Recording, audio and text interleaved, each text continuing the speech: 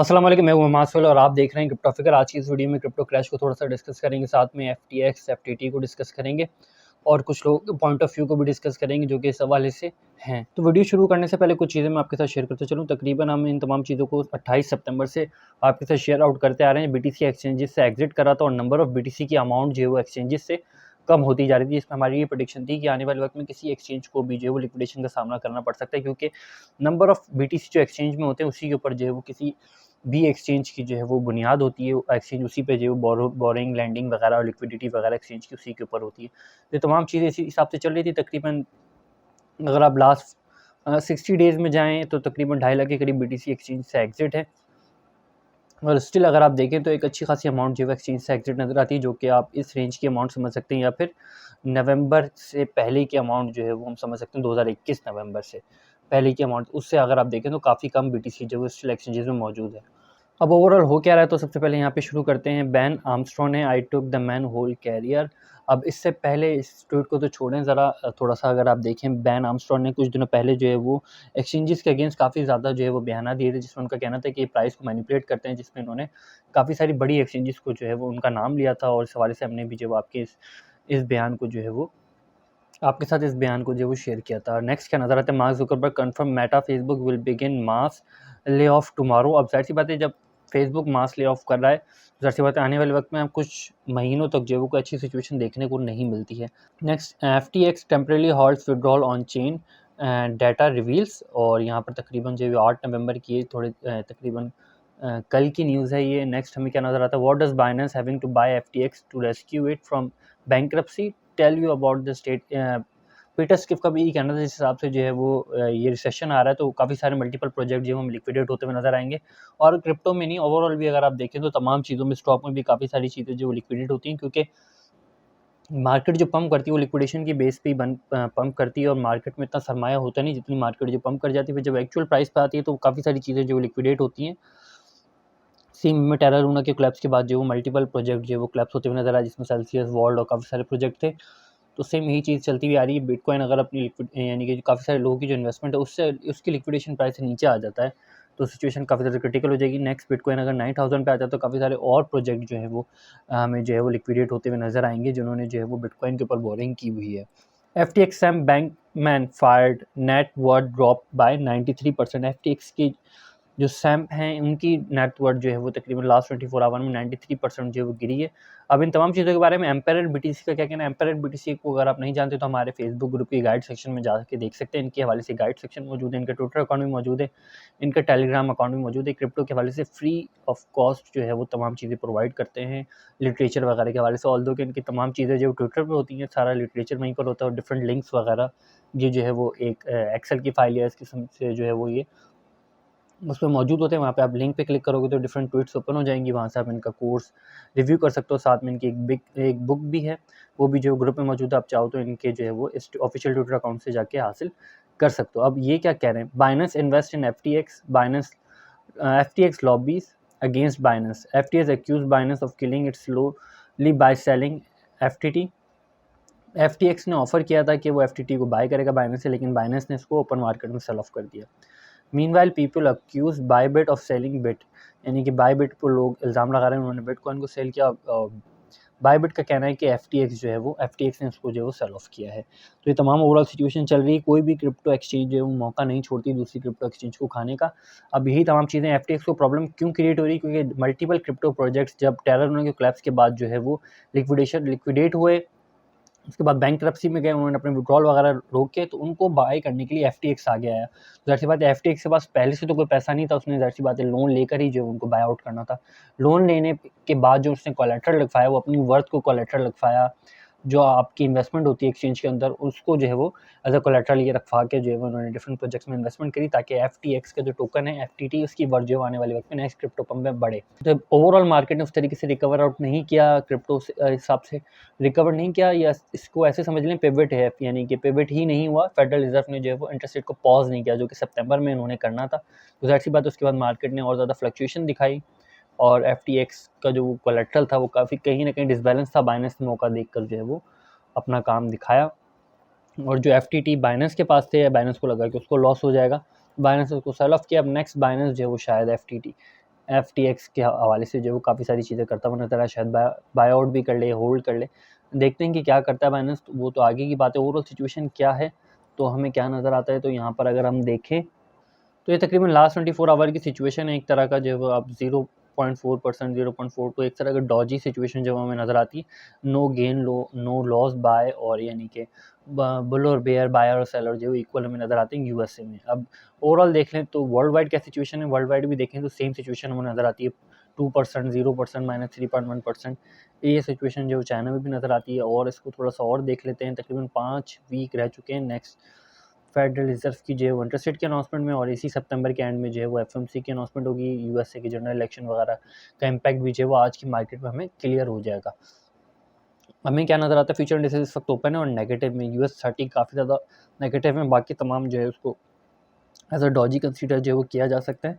Next देख लें तो फ्यूचर इंडिसेस, मेजर इंडिसेस जो है वो पॉजिटिव में क्लोज हुए। डॉ जोन्स ने काफ़ी ज़्यादा गेन किया, लेकिन बाकी जो है वो गेन हमें लेते हुए उस हिसाब से नज़र नहीं आए। और इसी के साथ थोड़ा सा देख लें तो स्टिल लोगों को ना लगता है कि बिटकॉइन की जो मैक्सिमम प्राइस है वो तकरीबन 20,000 के करीब रहेगी। 30 दिसंबर की भी देख लें तो स्टिल लोग जो बिटकॉइन को 21,000 के करीब देख रहे हैं। इसमें कोई खासा वॉल्यूमेट्रिक चेंज नहीं आया है, जो कि ऑप्शंस में आना चाहिए था अगर क्रिप्टो को और ज़्यादा नीचे जाना। तो 30 दिसंबर पर स्टिल लोगों को यही लगता है कि 21,000 के करीब, ऑल्दो के इतनी फ्लक्चुएशन है तो इसको जो है वो तकरीबन 20,000 या 19,000, 20,500, 19,000 तक जो है वो आ जाना चाहिए था, क्योंकि वॉल्यूम ज़्यादा है। ऐसी बात है, इसको मूव करने के लिए जो है वो हमें अच्छी खासी इन्वेस्टमेंट चाहिए होगी। इंपॉर्टेंट हमें क्या नज़र आता है, 11 नवंबर की भी जो एक्सपायरी वो भी काफ़ी ज़्यादा इंपॉर्टेंट है। इसको भी फ्लक्चुएट करना काफ़ी ज़्यादा मुश्किल होगा, क्योंकि तकरीबन 20,000 के करीब जो है वो मैक्सिमम प्राइस हमें नज़र आती है।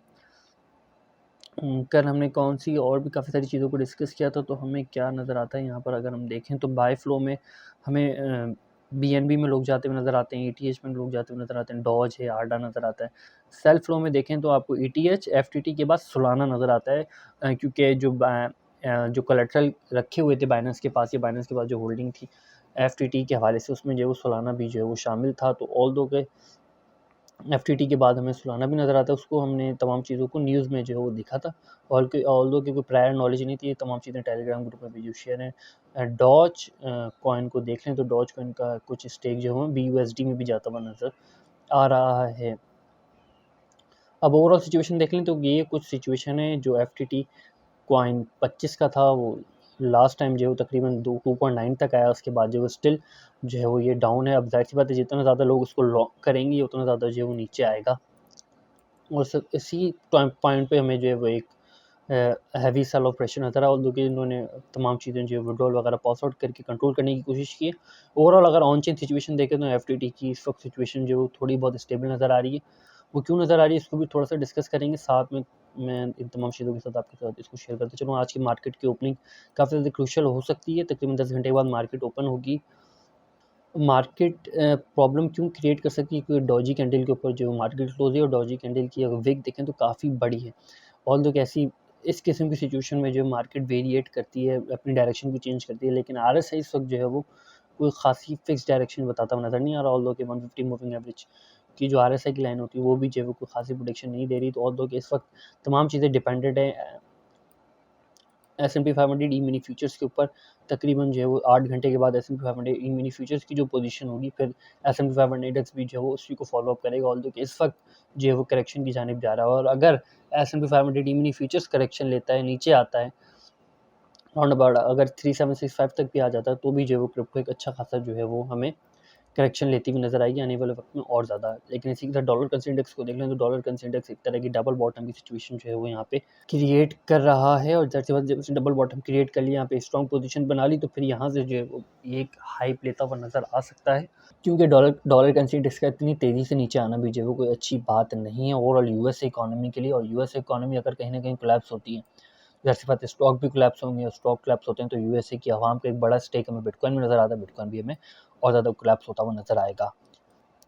BTC की डोमिनेंस में स्टिल चांस है 42% तक जाने का। बिटकॉइन की BTC की डोमिनेंस उस तरीके से जो है वो गेन नहीं किया, ऑल्दो कि USDT की डोमिनेंस जो है वो हमें काफ़ी ज़्यादा नज़र आती है, इसने पीक लिए।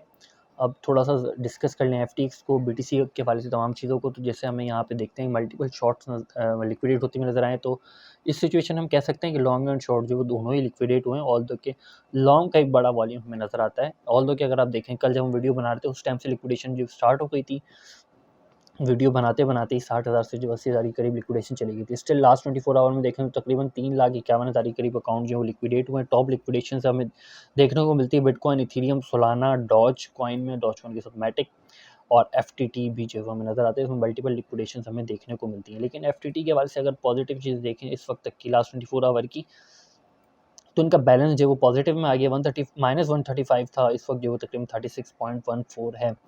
ऑल्दो कि अगर ये रिकवरी कर लेते हैं, इनमें बीटीसी दोबारा से जो एंट्री ले लेता है, तब तो इनकी कोई पोजीशन जो वो सिक्योर नज़र आती है। ऑल्दो कि बाइनेंस या फिर किसी दूसरे इंस्टीट्यूशन को जो है वो एफटीएक्स को सिक्योर करना पड़ेगा। बिटकॉइन की ऑन चेन सिचुएशन देखें तो स्टिल बिटकॉइन एक्सचेंजेस को एग्जिट करता हुआ जो नज़र आ रहा है ऑल्दो के। लेकिन ये डाटा जो इस वक्त हमें नज़र आ रहा है वो अगर हम देखें तो ये लास्ट 30 डेज़ का है। अगर आप ओवरऑल देखें, 60 दिन का देखें, 80 दिन का देखें, तो मैसिव अमाउंट बीटीसी जो है वो स्टिल एक्सचेंजेस से एग्जिट है। और इस इतने अमाउंट का एक्सचेंजेस से बीटीसी का एग्जिट रहना जो है वो सिचुएशन और ज़्यादा क्रिटिकल कर सकता है, क्योंकि बीटीसी मौजूद है एक्सचेंजेस से बाहर सेल ऑफ होने के लिए। जब वो एक्सचेंजेस में आएगा तो एक्सचेंजेस के लिए कोई अच्छी सिचुएशन नहीं होगी, वो सेल ऑफ के लिए आता है।